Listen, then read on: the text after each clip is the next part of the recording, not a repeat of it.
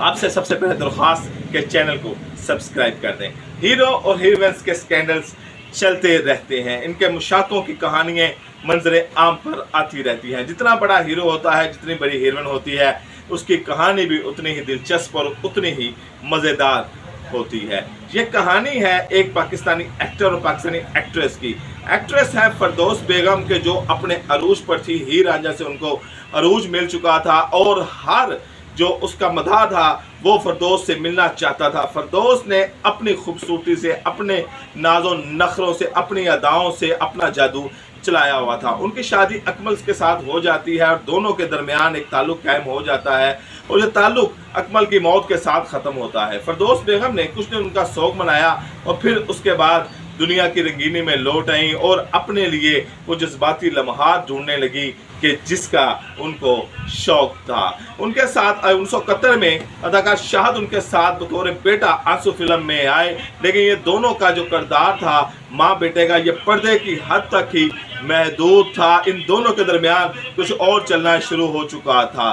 फरदौस बेगम शाहिद के मासूम चेहरे की दिल फरेब मुस्कुराहट की आशिक हो चुकी थी और उसके साथ एक ऐसा रिश्ता कायम करना चाहती थी कि जो शायद दोनों की उम्रों के दरमियान तकाबुल नहीं रखता था। लेकिन फरदौस एक माहिर तजर्बाकार किस्म की औरत थी और अदाकार शाहिद जो हैं ये नए नए फिल्म इंडस्ट्री के ऊपर आए थे, लेकिन ये भी ज़हनी और नफ्सियाती किस्म के कुछ मसाइल रखते थे।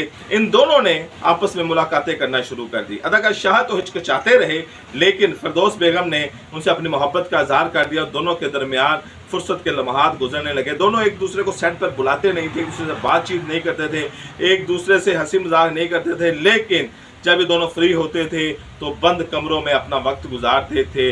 फरदौस बेगम बेशुमार किस्म की अदवाइयात खाती थी, ब्लड प्रेशर और शुगर की अदवाइयात नहीं, खमार अंगेज अदवाइयात खाती थी। अदाकार शाहिद ने सिर्फ शराब का नशा चखा हुआ था, लेकिन फरदौस बेगम ने उनको भी अदवाइयात खिलानी शुरू कर दी और इन अदवाइयात के बाद इन दोनों के जो लम्हात गुजरते थे फरदौस बेगम उनसे लुत्फ़अंदोज़ होती थी।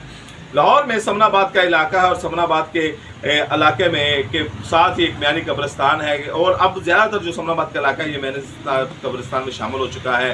रात को महल्लेदारों को, मियानी साहब के कब्रिस्तान के जो महल्लेदार थे उनको कुछ चीखों पुकार की आवाज़ आती है और वहाँ पर मियानी साहब कब्रिस्तान, क्योंकि बड़ा वसी कब्रिस्तान है, वहाँ पर लोग दिन की रोशनी में भी जाते हुए गुजरते हैं और रात को एकदम ऐसा ववेला उठना, तमाम मोहल्लेदार नींद से जागे ये मियानी कब्रिस्तान की तरफ गए, एक बड़े धड़कते दिलों के साथ गए कि मालूम नहीं वहाँ पर क्या सीन चल रहा है, वहाँ पर क्या कुछ हो रहा है। लेकिन जब वहाँ पर गए तो उन्होंने देखा अदाकार शाहिद एक कब्र के साथ लिपटे हुए हैं, अदाकार फरदौस बेगम शराब के नशे में धुत हैं, वो जो अदाकार शाहिद हैं वो खमार अंगेज़ दवाइयों की वजह से अपने होश खोए हुए हैं, वो कब्र से लिपटे हुए हैं। फरदौस बेगम उनको उठाने की कोशिश कर रही हैं और इसमें सारी चीखों पुकार हो रही है। मलेदार वहाँ पर पहुँचे, उन्होंने देखा कि जब फरदौस बेगम है, अदाकार शाहिद हैं, तो उन्होंने रैत बरती, पुलिस को नहीं बुलाया और इनको वहाँ से निकाल दिया और वहाँ पर काफ़ी लोग मुठभेड़ इकट्ठी हो गई। अगले दिन ये खबरें अखबारों में छप गई, सुर्खियों में छप गई कि अदाकार फरदौस, अदाकार शाहिद एक कब्रिस्तान में पकड़े गए हैं। अदाकार फरदौस ने कहा कि अदाकार शाहिद को